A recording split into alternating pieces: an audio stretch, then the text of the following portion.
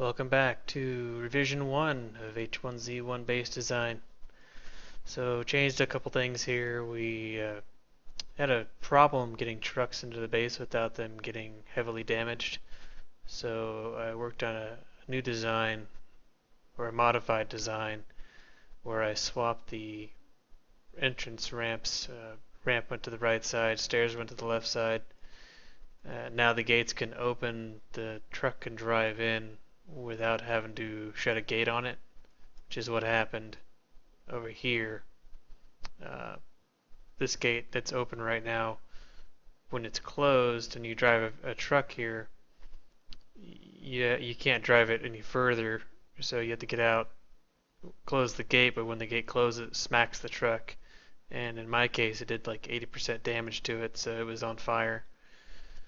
So garage is still the same.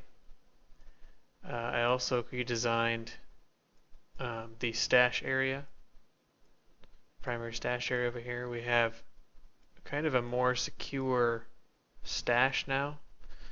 I also took away the door that was on this side and just put a wall there.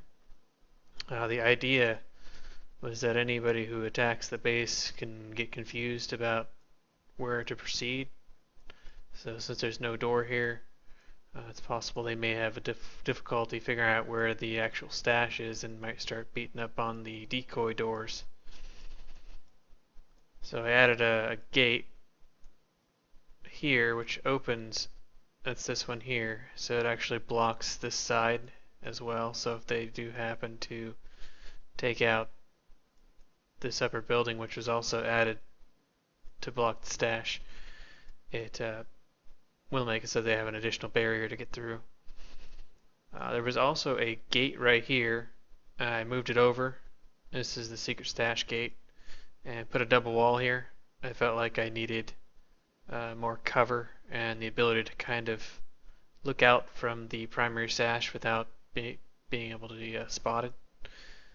In game, I've also added a couple furnaces here and here to allow basically you to get out of this area, because without those furnaces, you can't get out of this stash area. I mean, you're blocked here, you're blocked here, you're blocked here. So the only way to get out is to jump on one of those furnaces, jump up on the wall on either side here, and get out that way.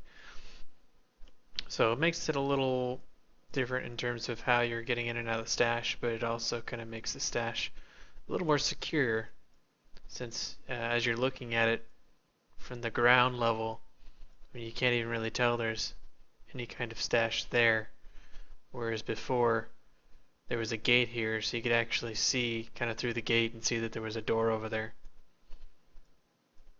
These stairs were also rotated to allow more attacking ability towards the outside rather than the inside. I don't imagine most times you're going to be online when the base gets raided anyways, so it seemed kind of useless to have it kind of facing in towards the base.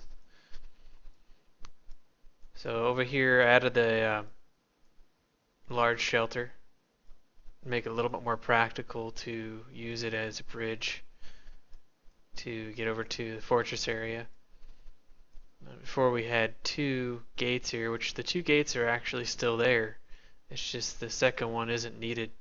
You really only need the one bridge to secure the stash and to be able to jump onto to get onto the roof here, so you can make it over to the fortress area. Also, all the stairs in the fortress area were rotated to replicate what I did over here next to the primary stash, is make it so these stairs come up right next to the wall, so the wall actually provides a good amount of cover. One thing I did find out as I was placing some of these buildings is you'll see this large stash on the base level. The door is pointing towards the outside. That's actually how it gets placed, so this stash is actually not usable. There it is, this building.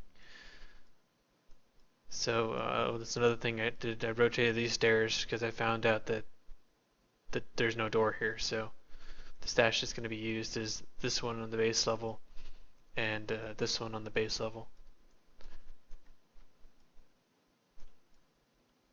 So this was a small shelter, and now this is a large shelter in the base level.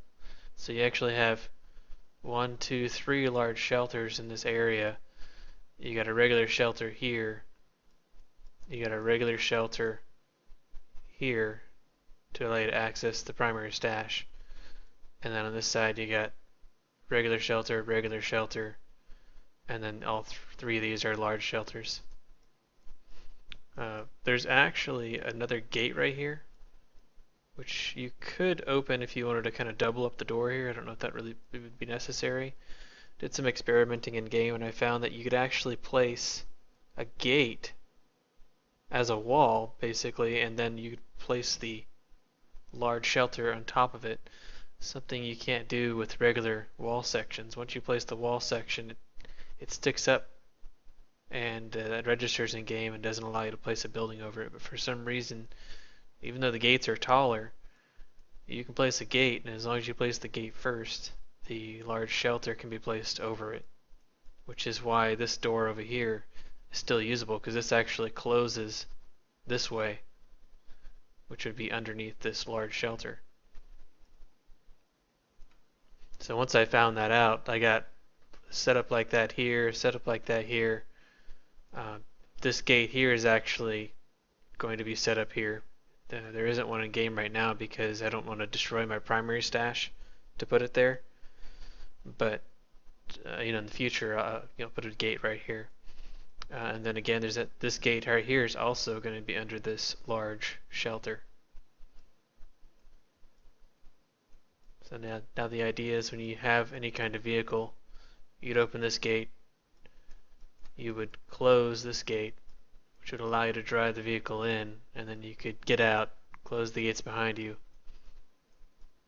open this gate, which it would go in basically into the garage area, drive the vehicle in. If it's a truck, you just leave it parked here since you can't get out under the sheltered area. If it's a Jeep or police car, you drive it here, close the gate, back it up, and then you could get out, and you could choose to have this gate closed to completely enclose the vehicle, or you could close it behind you, so it's just going to close off the whole garage area.